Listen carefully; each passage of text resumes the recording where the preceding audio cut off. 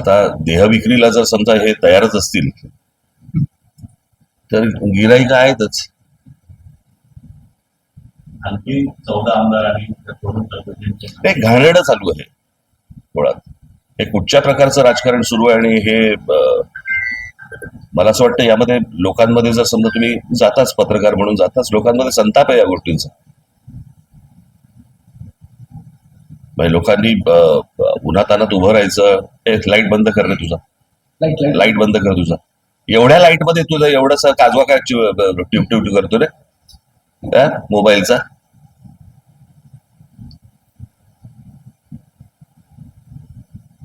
काय बोलू तुम्ही सर? हा, हे काही चांगलं राजकारण नाही चालू आहे.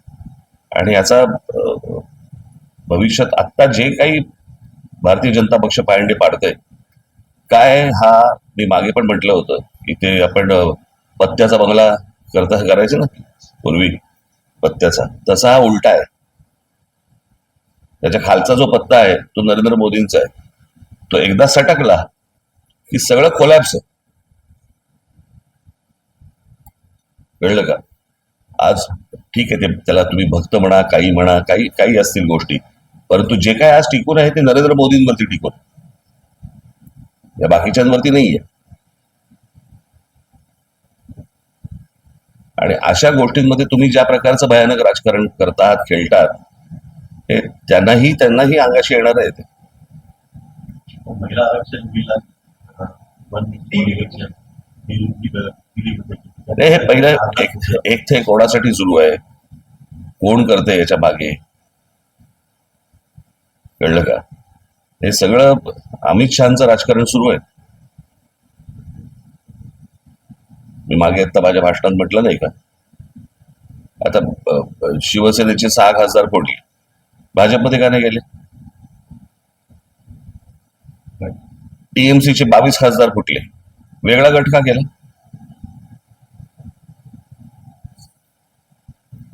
उद्या जर मला त्याच्यावरती दावा सांगायचा असेल पंतप्रधान पदावरती, तर मला हे बाहेरून मला लोक जर आतमध्ये विरोध झाला तर मला बाहेरून पण लोक मतदान करतील किंवा पाठिंबा देतील.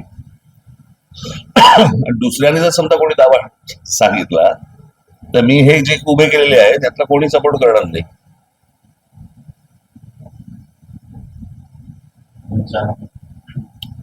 नाही, मी मगाशी म्हटलं ना, ज्यावेळेला तुम्ही समोरचे ज्याला विरोधक संपवता त्यावेळेला विरोधक हे तुमच्या दुश्मन तुमच्यातच तयार होतात. हे चित्र आता तुम्हाला महाराष्ट्रात आणि देशात सर्व ठिकाणी तुम्हाला दिसेल, अगदी खालपर्यंत दिसेल तुम्हाला. बेधुंद सत्ता ज्या वेळेला येते त्यावेळेला माणसं अशी वागायला लागतात.